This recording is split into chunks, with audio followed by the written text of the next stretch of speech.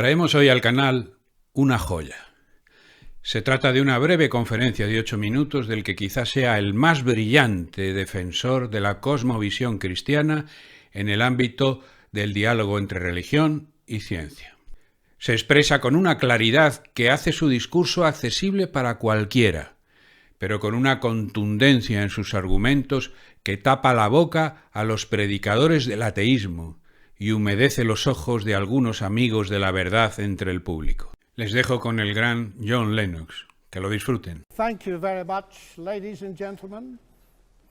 I believe in God. I believe in the supernatural God who created the heavens and the earth. I believe in a God who holds the heavens and the earth in existence. I believe that on the basis of rational evidence, similar to the beliefs held by the founders of this house, who gave this university the motto, Dominus Illuminatio Mea. They saw no contradiction between faith in God and the utmost excellence in rational inquiry. And if I dare mention my alma mater of Cambridge in this holy place, I would remind you that on the door of the Cavendish Laboratory in Cambridge are written the words, "Great are the works of the Lord, studied by all who delight in them." And as we look at the rise of science in the 16th and 17th centuries, Alfred North Whitehead and many others commented that men became scientific because they expected law in nature, and they expected law in nature because they believed in a lawgiver.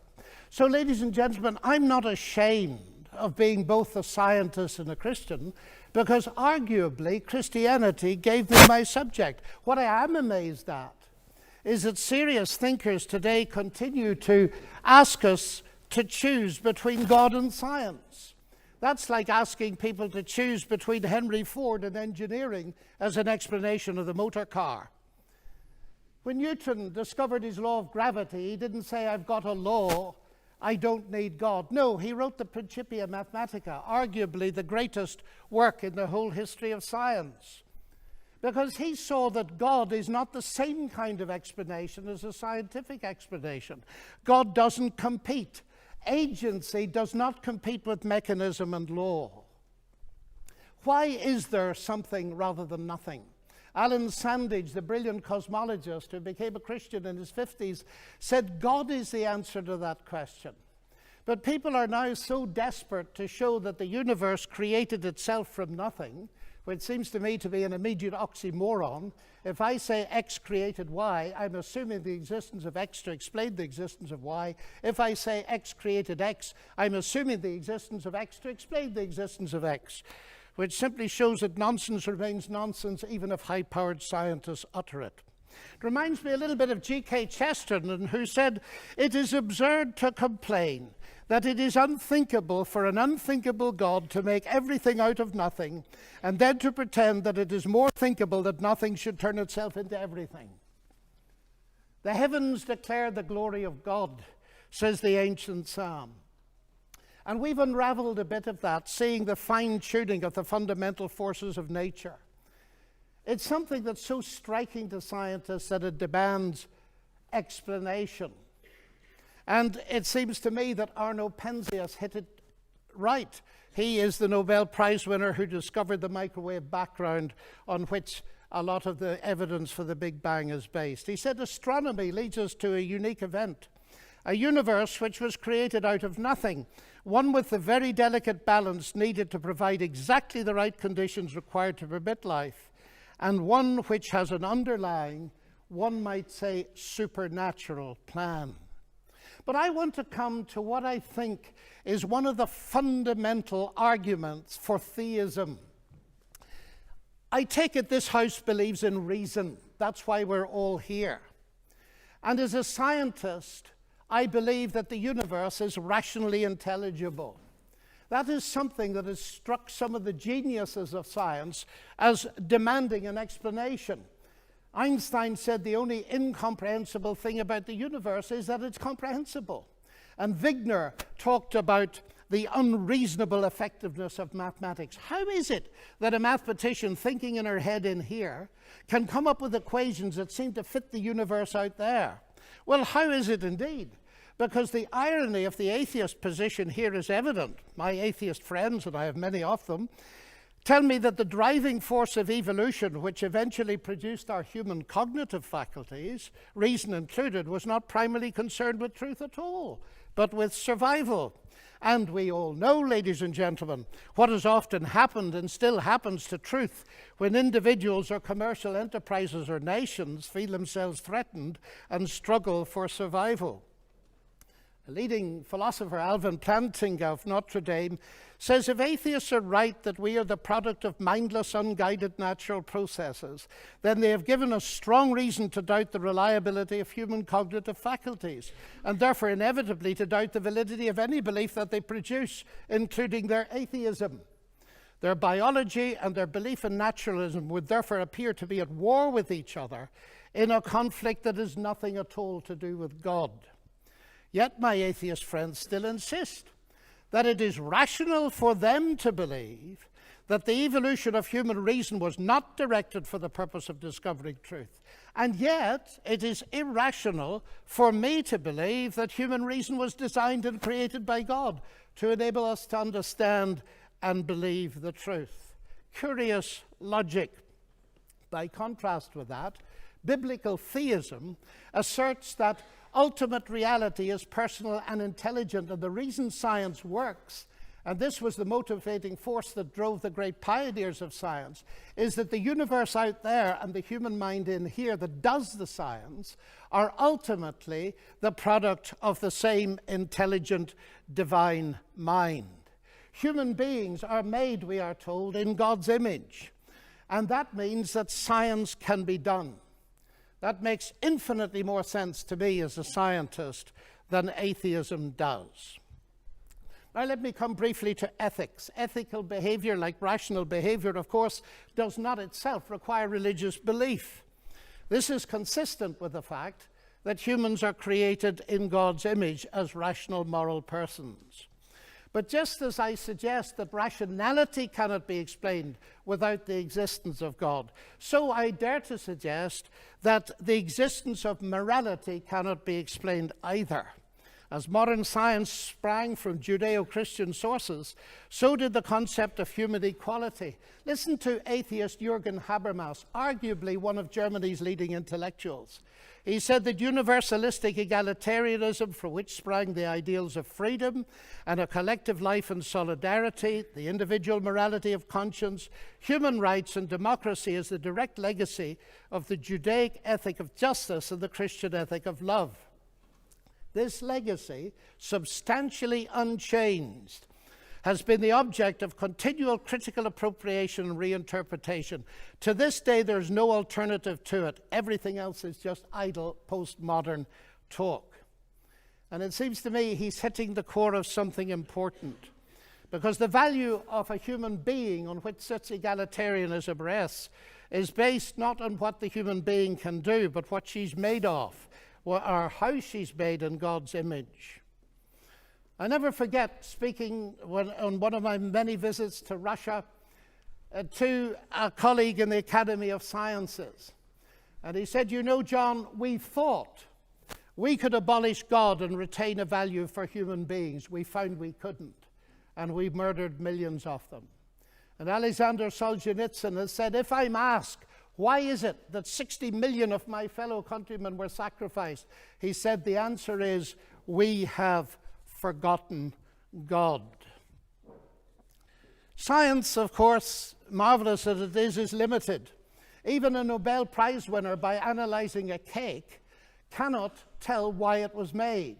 But Aunt Matilda, who made it, can tell you. She can reveal it to you. But if she doesn't reveal it to you, you'll never know. And that brings me to my next evidence. It's the same with the universe. We can analyze it magnificently.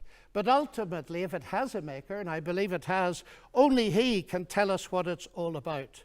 And he's done so in the powerful narrative of the Bible, in particular in its analysis of the problem with humanity, not simply in terms of behavioral breakdown between people, but a vertical breakdown of trust between us and the Creator.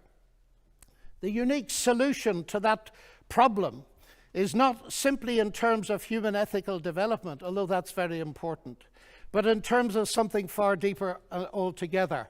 The restoration of the fractured relationship with God through the salvation He has brought through Jesus Christ. A radical relationship that empowers us to live ethically from God. And here we reach what for me is the chief evidence, not only for the existence but the nature of God. It is Jesus Christ. He it was who not only taught the golden rule but embodied it, fed the hungry, healed the sick and suffering, and welcomed society's outcasts, brought honor and respect to the marginalized and ashamed. And He's brought forgiveness and peace to multi-millions around the world. He's able to do this, of course, because though He was a man, He uniquely never was only a man, but God become human. The central evidence for this startling claim is, of course, His historical resurrection from the dead that launched Christianity in the world. This is, of course, ladies and gentlemen, a crunch issue. If Jesus rose from the dead, death is not the end and atheism is false. If Jesus did not rise from the dead, Christianity is false. And I remember at Cambridge as a student listening to the brilliant Sir Norman Anderson, a legal expert, going through forensically the evidence from his legal perspective as a brilliant lawyer. And he said at the end of it, "The empty tomb then of Jesus forms a veritable rock on which all rationalistic theories of the resurrection dash themselves in vain." Just finally now, as I read the Bible, I do not only find intellectual satisfaction, but I find a great deal of that. I sense the voice of God speaking to me. You say, that's intensely personal. But ladies and gentlemen, we've been asked tonight about belief in God. And I want to strongly emphasize that God is not a theory, He's a person. And if the origination of me qua person is a personal God, then the most exciting thing really is there a possibility of getting to know God? And so I don't simply believe there is a God. I've come to know Him and trust Him. And I have strong reasons for doing so, because of Christ dying and rising again for me. And that has generated in me a sense of utterly unmerited forgiveness, acceptance, and peace. That has enabled me to face the ugly side of my own nature, and with God's help to do something about it. But it's enabled me to face something else. The hardest problem I face as a Christian is the problem of evil and pain. My niece getting a tumor at 22 that kills her. What do I say to my sister? And this is the hardest problem we face. But it seems to me that atheism here has no answer, because by definition, atheism believes that human death is the end. So there is no ultimate hope. But you see, ladies and gentlemen, we could stay here till midnight and beyond arguing, as has been done in this university for centuries, what a good God should, might, would, could, if not, possibly might, just could He not have done, and we'll get nowhere. So it seems to me there's another question we can ask, and it's this. Granted that life presents us with a double picture, we see some beautiful things. We see some ragged edges. We see hurt and pain, and we see joy. How can we come to terms with that? And it seems to me here is no simplistic answer, but a window into an answer, and it's this. If it is actually true that Jesus is, as I believe Him to be, the Son of God, then we can ask the question, what is God doing on a cross? And the answer comes back at the very least. God has not remained distant from our human suffering, but has become part of it. And the other side of that is this. Because Jesus rose from the dead, He is going to be the ultimate judge. Now here's an irony, because atheism has no ultimate hope of justice by definition. The vast majority of people in the history of the world have died without justice and will die without justice. And if death is the end, then of course they have no hope of ultimate justice. But the promise in the New Testament, guaranteed by the resurrection of Jesus, is that he is to be the judge in the coming day. So, ladies and gentlemen, those are some of the reasons why I believe that God is real and worthy to be trusted. Thank you.